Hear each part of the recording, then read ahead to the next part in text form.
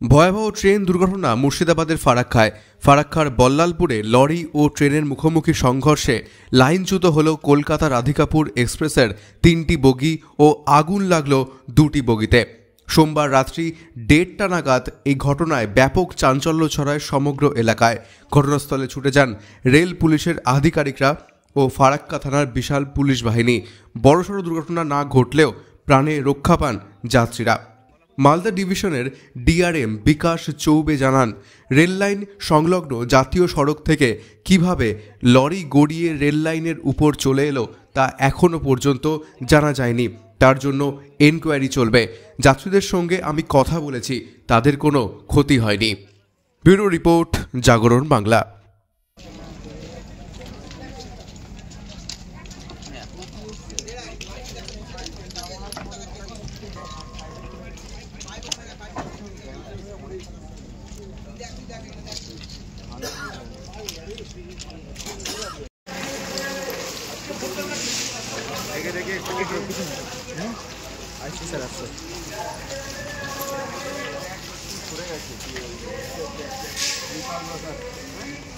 Sleeper damage হয়ে গেছে।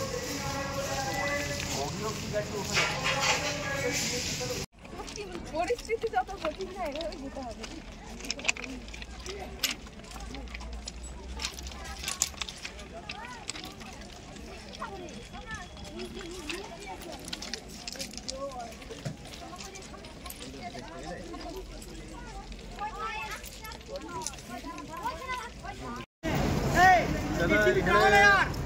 एक बार आवाज হচ্ছে একদম হ্যাঁ, তারপর আমরা কি হলো ওখানে দেখি যে একটা ট্রাক 2 গাড়ি গিরে গেছে আগে। তারপর আমি দেখি কোথা থেকে আসছিল গাড়িটা। আমি এখানে কলকাতা থেকে যাব, ওখানে বাসে এখন তো বেরোতে হচ্ছে না, কাজ চলছে। হ্যাঁ চলছে। ये देखिए जो हमको लोको पायलट ये ट्रेन है, ये कोलकाता से राधिकापुर जाती है।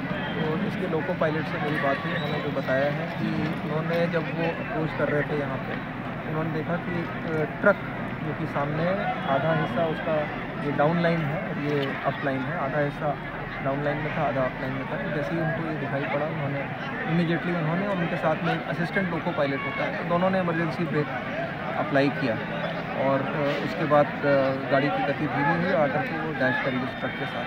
तो ये मतलब आप देख रहे हैं कि यहाँ पे कोई रेलवे क्रॉसिंग यहाँ पे नहीं है इस क्षेत्र में, यहाँ पे ट्रक आने का कोई मतलब नहीं है। तो ये काफ़ी गैर जिम्मेदाराना तरीके से ट्रक शायद चलाया है। शायद इस साइड से जो नेशनल हाईवे आपको दिखाई पड़ रहा है ऊपर, तो नेशनल हाईवे के किसी छोर से या तो उसको नींद आ गई है या उसने कोई बदमाशी, it's a matter of inquiry है कि कैसे वो ट्रक यहाँ तक पहुँच गया। हम लोगों ने इसकी डिटेल्स ली हैं, चालान वगैरह चेक किया है और जो डिटेल्स हैं वो हम लोग हमारे यहाँ आरपीएफ रेलवे प्रोटेक्शन फोर्स है, उसमें फर्दर इंक्वायरी कर रही है और स्टेट गवर्नमेंट के साथ शेयर करेगी। तो ये तय होगी कि क्या हुआ। बहरहाल जो जितने भी पैसेंजर्स थे उनको, जो लोकल वाले थे उनको हम लोगों ने हेल्प करके उनको लोकल डेस्टिनेशंस पे भिजवाया है। बाकी जो आगे वाले पोर्शन के जो पैसेंजर्स थे उनको शिफ्ट कराया गया, उनके लगेज वगैरह को हम लोगों ने हेल्प करके शिफ्ट कराया उनको। और अब वो पैसेंजर्स जो है रियर पोर्शन, जैसा कि आपने देखा है कि 5:55 पे यहाँ से चला गया है और अब वो नलहटी और पाकुर होकर के वापस अपनी जगह पे हो जाएगा। तो हम लोग मॉनिटर कर रहे हैं।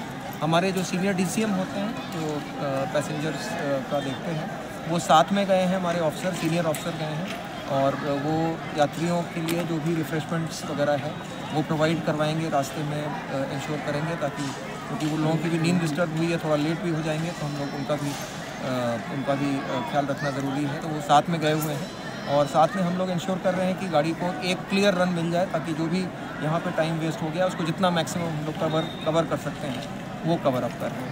इंजन में आग नहीं था, ये जैसा कि मैंने आपको बताया कि ये बोल्डर भी यहाँ पे बीच में आ गया था ट्रक के साथ साथ। तो वो इंजन जब बोल्डर को लेकर के चल रहा था, तो वो जो स्लीपर्स होते हैं हमारे, जो रेल को एक साथ करते हैं, उसमें भी स्टील होता है। तो वो स्टील वो कंप्लीट जब चल रहा था तो स्पार्किंग हो रही थी। वो इमीडिएटली 5-7 मिनट के अंदर जो है वो फायर एक्सटिंग्विशर्स यूज़ करके वो चीज़ ख़त्म हो गई थी। रेल का इंजन ट्रैक डिरेल हुआ है, इसको कहते हैं डिरेलमेंट। ट्रैक से नीचे नहीं गया है, वो पटरी से उतर के आ गया है। ये आपको जैसे आपने देखा कि उसका कारण हमने आपको बता ही दिया। तो अब हमारा ये प्रायोरिटी है कि हम एक लाइन क्लियर करें, सबसे पहला प्रायोरिटी। तो अभी हम लोगों ने जो ट्रक वहाँ पर दिख रहा है, उस ट्रक को धकेल, आपने देखा होगा जेसीबी यूज़ करके हमने ट्रक को नीचे धकेल दिया।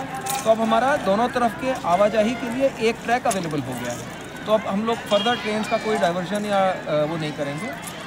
अब ये वाला जो ट्रैक है इसके ऊपर काम चल रहा है। इसका जो रियर पोर्शन है, इस पोर्शन को जैसे ही नीचे के स्लीपर्स हम लोग रिप्लेस कर लेते हैं, तो रिप्लेस करने के बाद रियर पोर्शन के लिए भी इंजन इस तरफ से आ रहा है, उसको लेकर के चला जाएगा। फिर हमारा काम रह जाएगा जो एक इंजन यहाँ पे जो डैश किया था, उस इंजन को रेल करना, उस पर भी पैरेलल काम चल रहा है। अगर हम लोग जैक से उसको कर पाएंगे तो ठीक है। साथ में हमने क्रेन का भी ऑर्डरिंग कर लिया है।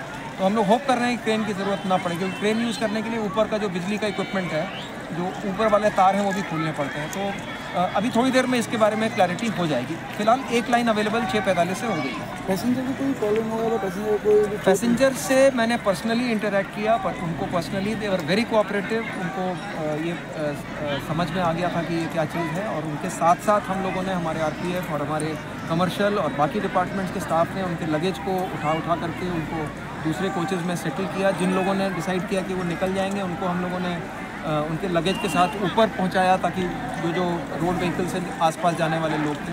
तो किसी ने बहुत ज़्यादा, मतलब सिचुएशन है इसमें रेलवे की कोई रिस्पॉन्सिबिलिटी डायरेक्टली नहीं है कि ये चीज़, तो हादसा एक फ्रीक टाइप का इंसिडेंट है।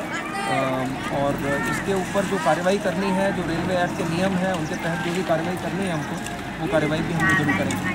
लाइन क्लियर हो गया है, 6:45 पे ये लाइन क्लियर हो गया है, ये डाउन लाइन क्लियर हो गया। अप लाइन का अभी एक फाइनल समीक्षा करने दीजिए। मैं समझता हूँ कि 6-7 घंटा इसमें अभी लग जाएगा, क्योंकि इसका काम कॉम्प्लिकेटेड है। पहले ये वाले कोचेज़ हटाना है, और हमको क्रेन या ART जैक्स की मदद से हमको इंजन को रिरेल करना है, और साथ में स्लीपर्स की फिटनेस करनी है। ये थोड़ा सा एक अनसर्टन चीज़ है, इसको थोड़ा इसी पे काम चल रहा है। लेकिन हम लोग सब यहीं हैं, और हेडक्वार्टर से भी टीम यहाँ पे आ रही है। तो हम लोग जब तक क्लियर नहीं कर लेंगे, तब तक यहाँ से हटेंगे।